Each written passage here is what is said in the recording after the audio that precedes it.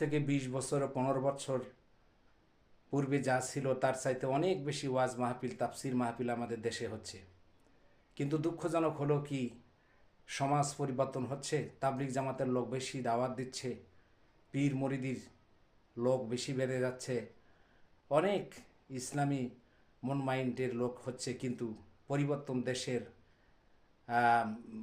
মজলুমের আত্মনাদ, হাহাকার, জুলুম, নির্যাতন, সুদ, ঘুষ, দুর্নীতি এগুলো কি ঘটেছে? বিশ্বনবীর চাইতে বড় আজিন আর পৃথিবীতে কেউ নাই, এবং বিশ্বনবীর চাইতে বড় ভালো যিনি বুঝাবেন এরকম তাফসীর কারক কেউ নাই। আল্লাহ নবী বলেছেন, ইন্নামা বুইস্তু মুআল্লিমান, গোটা পৃথিবীবাসীর জন্য আমাকে শিক্ষক হিসাবে আল্লাহ তাআলা আদর্শের শিক্ষক হিসাবে তাকে প্রেরণ করেছেন। সুতরাং ভাইরা আমার, ওয়াজ করে সব কিছু যদি পরিবর্তন হতো, তাহলে আল্লাহ রসুল মদিনাতে রাষ্ট্র গঠন করতেন না, এবং মদিনাতে রাষ্ট্র বা প্রেসিডেন্ট হতেন না। এই জন্য দুর্নীতি, কদাচার, অনাচার, ব্যভিচার এবং রাষ্ট্রীয়ভাবে নামাজ কায়েম করা এবং জাকাত প্রতিষ্ঠা করা, ভালো কাজের আদেশ দেওয়া, অন্যায় কাজ থেকে মানুষকে বিরত রাখার জন্য ইসলামী অনুশাসনের বিকল্প আর কিছুই হতে পারে না।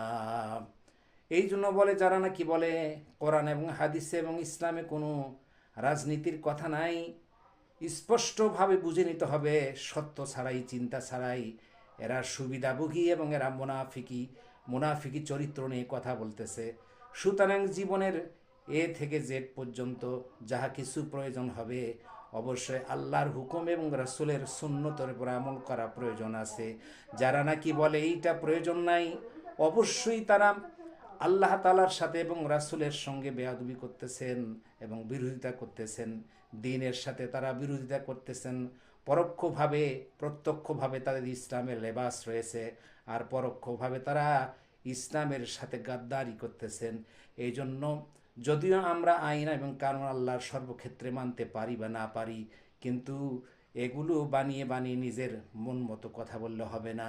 আল্লাহ তাআলা এই ব্যাপারে সূরা কাফের মধ্যে বলে দিয়েছেন, মা ইয়ালফিজু মিন কাউলিন ইল্লা লাদাইহি রাকীবুন আতীদ। মানুষ এমন কোনো কথা বলে না যে কথাগুলো ফেরেশতাগুলো রেকর্ড করে না রাখে।